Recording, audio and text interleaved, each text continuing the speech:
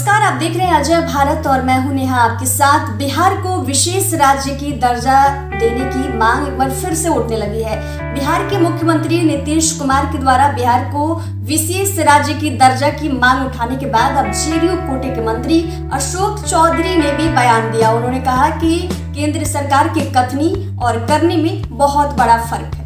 जरा बयान सुन लीजिए। उनको चिराग पासवान के ही पास जाना पड़ा, जिनको आपने बेदखल किया था, घर से बाहर निकाला था, और फिर से जब आपके पास कोई मोहरा नहीं बचा तो फिर से अपने पुराने हनुमान को आप लेके आए हैं। ये तो साबित करता है ना कि बिहार बीजेपी के पास कोई नेतृत्व तो नहीं है। नहीं, उनके चाचा भी अभी उनको भरोसा नहीं कर रहे हैं, पशुपति बाड़ा से भरोसा नहीं कर रहे, तो लगता है कि हाँ बीजेपी चिराग पासवान को आगे ला रही है, तो आपको एक चुनौती होगी। नहीं, ये देखिए उन लोग का पारिवारिक मामला, उस पर हम लोगों को नहीं जाना, पारिवारिक मामले में हम लोग नहीं जाना चाहते।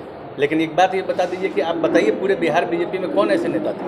हम तो देखे कि बड़ा ज़्यादा सब खुश थे जब चिराग पासवान जब प्रचार कर रहे थे, सब बहुत ज़्यादा खुशी मना रहे थे कि चिराग पासवान आ गए। तो ये साबित करता है ना कि बिहार बीजेपी में कोई दम नहीं है। चिराग पासवान ही उनकी नैया पार कर सकते हैं। चिराग पासवान चुनौती मानते हैं कि नहीं? हम लोग कोई चुनौती नहीं मानते। जहाँ महागठबंधन की सरकार है, आपने देखा होगा 2015 में क्या हुआ था, और फिर 2024 और 2025 में हम लोग वैसे ही स्वीप हम लोग करने वाले हैं। वो तो कहते हैं कि जमुई जाकर देखिए कितना काम हमने किया है, और जब काम हुआ देखिए ये तो देखने की चीज़ है। कोई बोलता है तो कहे ना कि बोलने से पहले बोलने वाला को मुंह नहीं पकड़ा जा सकता है। लेकिन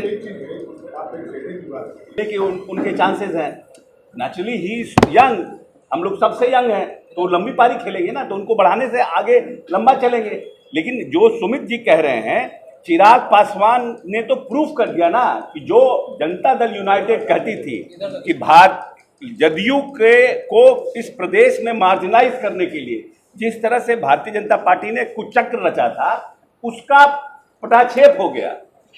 हम तो बार बार कहते हैं कि चिराग पासवान जिस तरह से 2020 के चुनाव में जिस तरह से उन्होंने भारतीय जनता पार्टी के साथ मिलकर के जदयू को इस प्रदेश में मार्जिनाइज करने के लिए कुचक्र रचा था, उसका भाजपा के साथ जाने से ही पर्दाफाश हो गया कि ये पूरा मिलीजुली सरकार थी, और मिलकर के इन्होंने नीतीश कुमार के लीडरशिप को मार्जिनाइज करने का प्रयास किया। और जो निर्णय हमारा है कि हम भाजपा को छोड़ करके जदयू के तरफ, आरजेडी के तरफ आए हैं, वो मेरा सही निर्णय है। हर एक बात पर रिएक्ट करना बहुत जरूरी नहीं है। जितना जोर से आप प्रश्न पूछ रहे हैं, कोई ज़रूरी नहीं है कि हम उसका उत्तर भी उतना ही जोर से दें। हमारे लिए ये सब इनसिग्निफिकेंट है।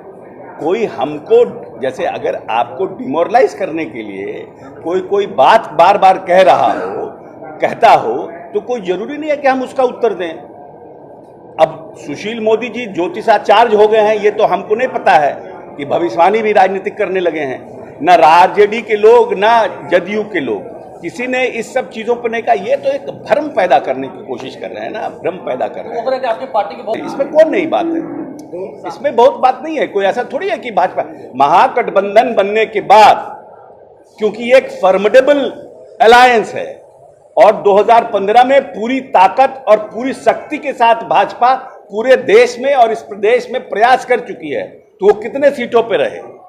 इसीलिए भाजपा में भी बहुत ज्यादा मर्मरिंग है। बहुत से लोग हम लोग के संपर्क में हैं कि भाजपा के बहुत से लोग, हम एफिडेविट भी दे देंगे, वो लिखित देंगे तो हम एफिडेविट दे देंगे कि भाजपा के बहुत लोग हमारे संपर्क में हैं।